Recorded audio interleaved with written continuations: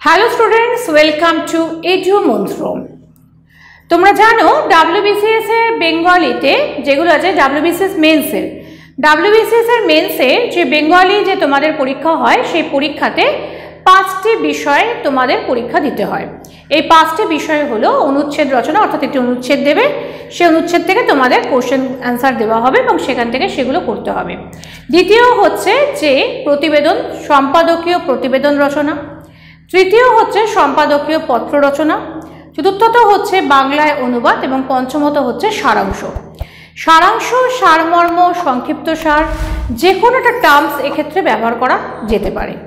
এক্ষেত্রে কি করতে হবে, তোমাদের একটি অনুচ্ছেদ দিয়ে দেওয়া হবে, যে অনুচ্ছেদটি খুব ভালো করে পড়ে সেই অনুচ্ছেদ থেকে মূল যে তার ভাবটা, সেই ভাবটা তোমাদের লিখতে হবে।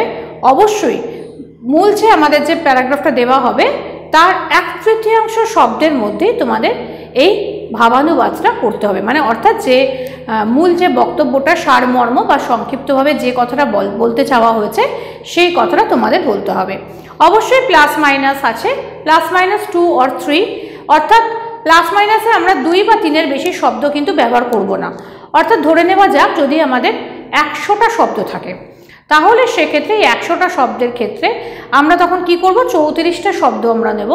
এবং সেক্ষেত্রে ধরো দেখো লেখার সময় তো সবসময় সম্ভবপর হয় না, তো সেজন্য যখন আমাদের এরকম ধরনের হবে তখন সেক্ষেত্রে আমরা 36 থেকে 37টা শব্দ আমরা নিতে পারি। অর্থাৎ এভাবে তোমরা কাউন্টিং করে নেবে যে যদি কতগুলো ওয়ার্ড আছে এবং সেই ওয়ার্ডের 1/3 কতগুলো হচ্ছে। এই বিষয়ে আমার বিস্তারিত আলোচনা আছে, আমি অন্য একটি ভিডিওতে এই বিষয়ে বিস্তারিত আলোচনা করেছি, তোমরা দেখে নিতে পারো। আজকে আমরা সময় নষ্ট না করে চলে যাব একটি সারাংশতে, যে সারাংশটি কেমনভাবে তার সারমর্ম করা হয়েছে সেটা দেখানো হবে। এবং একটা কথা তোমাদের মনে রাখতে হবে যে সারাংশ যখন করবে তখন তার একটা শিরোনাম বা শীর্ষনাম দিতে হবে, অর্থাৎ একটা যাকে ইংলিশে যাকে বলা হয় টাইটেল দিতে হবে। চলো আমরা দেখে নিই। দেখো এই ওপরকার যেটা আমরা দেখাচ্ছি বোর্ডে, এটাই কিন্তু আমাদের স্ক্রিনে যেটা দেখানো হচ্ছে এটাই হচ্ছে আমাদের করতে দেওয়া হয়েছে, এবং এর নিচেই কেমনভাবে সারাংশটা করা হয়েছে সেটা দেখানো হবে।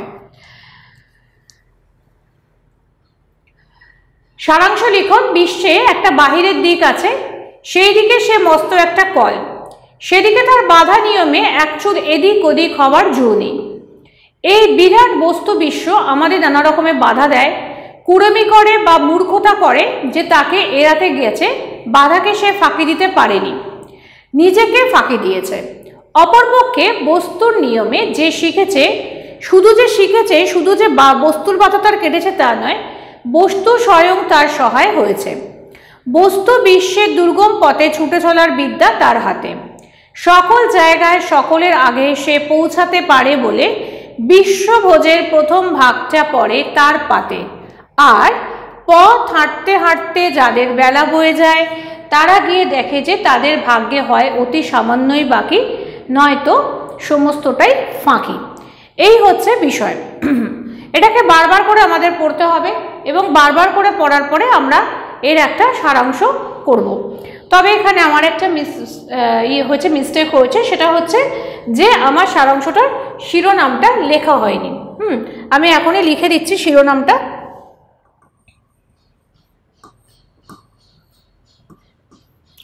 আমি শীর্ষনাম কথাটা ইউজ করছি, যে কোনো একটা হতে পারে, শিরোনাম কথাটাও তোমরা ব্যবহার করতে পারো।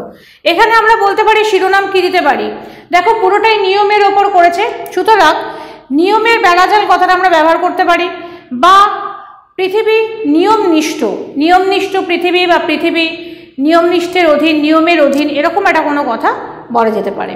তো সুতরাং আমি এখানে শীর্ষনাম দিচ্ছি যে পৃথিবী নিয়মের অধীন।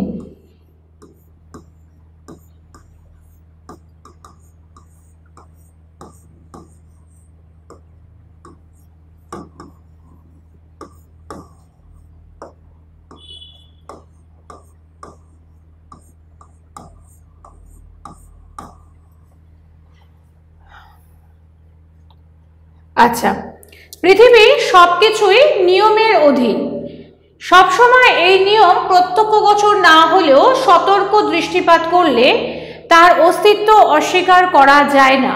অর্থাৎ প্রথমের দিকে যে অংশটা ছিল যে বিশ্বে একটা বাইরের দিক আছে, সেই দিকে সে মস্ত একটা কল, সেদিকে তার বাধা নিয়মে এক চুল এদিক ওদিক হবার জো নেই। এই বিরাট বস্তু বিশ্ব আমাদের নানা রকমের বাধা দেয়, কুড়েমি করে বা মূর্খতা করে যে তাকে এড়াতে গেছে, বাধাকে সে ফাঁকি দিতে পারেনি, নিজেকে ফাঁকি দিয়েছে। অর্থাৎ আমরা পড়ার সময় পড়লাম না, ফাঁকি মারলাম, আমার কাজের সময় আমি কাজটা করলাম না, তাদের ক্ষতিটা কার হলো? আমাদেরই হলো। তখন আমরা কি করলাম, যে নিয়মের বাইরে চলে গেলাম যখনই, তখন কি হলো যে আমরা যে নিয়মের মধ্যে দিয়ে গেলে যে ফলটা পেতাম সেই ফলটা পেলাম না। তো এই এতটা অংশকে আমাকে এক জায়গায় একরকমভাবে লিখতে হবে। সুতরাং আমি এখানে কি করেছি, যে পৃথিবী নিয়মের অধীন করে দিয়েছি। অর্থাৎ সবসময় এই নিয়ম প্রত্যক্ষগোচর না হলেও সতর্ক দৃষ্টিপাত করলে তার অস্তিত্ব অস্বীকার করা যায় না। তারপরে দেখো, অপরপক্ষে বস্তুর নিয়মে যে শিখেছে, শুধু যে বস্তুর বাধা তার কেটেছে তা নয়, বস্তু স্বয়ং তার সহায় হয়েছে। অর্থাৎ প্রকৃতির রাজ্যে কিন্তু আধিদৈবিক বা অস্বাভাবিক বলে কিছু হয় না। তুমি নিয়মের বাইরে গেলে, সিস্টেমের বাইরে তুমি যদি চলে যাও, সেখানে সিস্টেমের বাইরে গেলে তোমার সেই কাজটা কখনোই হবে না। অর্থাৎ এখানে আধিদৈবিক বা অস্বাভাবিক বা আদি ভৌতিক বলে কখনোই কোনো কিছু হয় না। যেটা হয় সেটা হচ্ছে কি, যেটা সিস্টেমের ভেতরে গিয়ে আমরা কাজ করতে পারি। তো সুতরাং দেখা যাচ্ছে যে প্রকৃতির রাজ্যে কিন্তু অস্বাভাবিক বা আদিদৈবিক বলে কিছু হয় না। এবং যারা এইখানে দেখো, বস্তু বিশ্বের দুর্গম পথে ছুটে চলার বিদ্যা তার হাতে, সকল জায়গায় সকলের আগে সে পৌঁছতে পারে বলে বিশ্বভোজের প্রথম ভোগটা পড়ে তার পাতে। আর পথ হাঁটতে হাঁটতে যাদের বেলা বয়ে যায়, তারা গিয়ে দেখে যে তাদের ভাগ্যে হয় অতি সামান্যই বাকি, নয় সমস্তটাই ফাঁকি। আর যারা এই নিয়ম মেনে চলেন তারা কিন্তু শেষ অবধি জয়ী হন, কারণ তারা নিয়মের মধ্যে চলেছেন, নিয়ম তাদের কাছে কখনোই ফাঁকি দিতে পারছে না। আর যারা এটা করছেন না, তাদের ক্ষেত্রে দেখা যাচ্ছে যে পুরোটাই তখন তাদের কাছে কি হচ্ছে, তারা তো দেরি করে পৌঁছাচ্ছেন অথবা সিস্টেমের বাইরে গেছেন। ফলশ্রুতি হিসেবে তারা যেটুকুনিটা পাচ্ছেন সেখানে দেখা যাচ্ছে হয় অতি অল্প পাচ্ছেন, অথবা তারা শেষ অবধি জয়ী হতে পারছেন না। যারা এই নিয়মকে অস্বীকার করেন তারা প্রতি পদে ব্যর্থতার গ্লানি বহন করেন। পেলামই না, আমি যেটা করতে চাইলাম সেটা পেলাম না, তাহলে এটা কি হলো, আমার ব্যর্থ হয়ে গেল, তাহলে ব্যর্থতার গ্লানি বহন করেন। এই ছিল আজকের সারাংশ। তোমাদের নিশ্চয়ই বোঝা গেছে যে সারাংশ করতে গেলে কি কি করতে হবে। আরও ভালো করে বুঝতে গেলে আমার একটি ভিডিও আছে, সেখানটা দেখে নেবে। যদি কোনো প্রশ্ন থাকে অবশ্যই কমেন্ট বক্সে আমাকে প্রশ্ন করো। আমার ভিডিও তোমাদের ভালো লাগলে লাইক করো, বন্ধুদের সঙ্গে শেয়ার করো এবং এডুমন্ত্র চ্যানেলটিকে সাবস্ক্রাইব করে রাখো পরবর্তী আরও অনেক আপডেট পাওয়ার জন্য। আজকের জন্য এইটুকুনি। খুব শিগগিরই ফিরে আসবো অন্য কোনো বিষয়ের আলোচনার সঙ্গে নিয়ে।